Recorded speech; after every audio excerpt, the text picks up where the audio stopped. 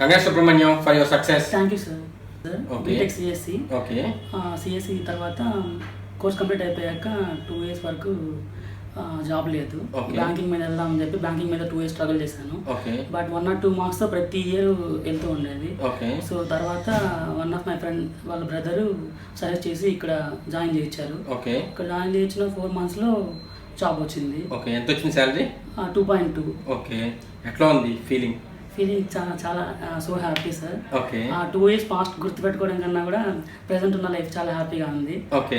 ఇన్నేళ్ళ career gap తర్వాత job వచ్చిద్దా రాదా అన్న ఒక డౌట్ అయితే ఉంటుంది. యా, స్టార్టింగ్లో నేను ఇన్స్టిట్యూట్ అయినప్పుడు కూడా చాలా అలాగే ప్రాబ్లమ్ ఫేస్ చేసేవాడిని, వచ్చుద్దా రాదా అని చెప్పి ఇంటెన్షన్తో. Okay. But final end of the కోర్స్లో ఖచ్చితంగా రీచ్ కాగలం అన్న ఒక ఇంటెన్షన్తో నేను చేశాను. Okay. But up to till job అయితే వచ్చింది. ఓకే.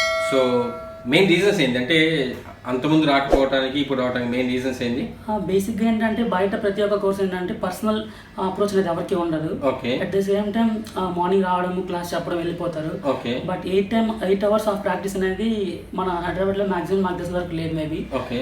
ఉన్నా కానీ పర్సనల్ ఐడెంటిఫికేషన్ చేసి వాళ్ళ నాలెడ్జ్ ఏంటి, అలాగా వాళ్ళని అప్రోచ్ అయితే వాళ్ళు రీచ్ కాగలరు గోల్ అని ఒక ఎవరికి తెలియదు. సో మన ఇన్స్టిట్యూట్కి వచ్చేసరికి ఏంటంటే మీరు గోపి సార్ మీరంతా కలిసి చూసి వాళ్ళ క్యాండిడేట్ ఏంటి, ఎలా ఉన్నారు, పొజిషన్ ఏంటని ప్రతి ఒక్క పర్సనల్ ఐడెంటిఫికేషన్ తీసుకొని చేయడం వల్ల వాళ్ళ రీచ్ అనేది తొందరగా అయింది సార్. ఓకే. జాబ్ లేకుండా ఇబ్బంది పడుతున్న వాళ్ళకి లేదా మంచి కెరీర్ కావాలనుకున్న వాళ్ళకి వచ్చే సజెషన్ ఏంటి? There is no much to say sir. Almost all come to here and join here. Okay. Automatically you get the job. Okay. With the end of the course. Okay. Anyways, thanks for feedback and all the best for your future. Thank you.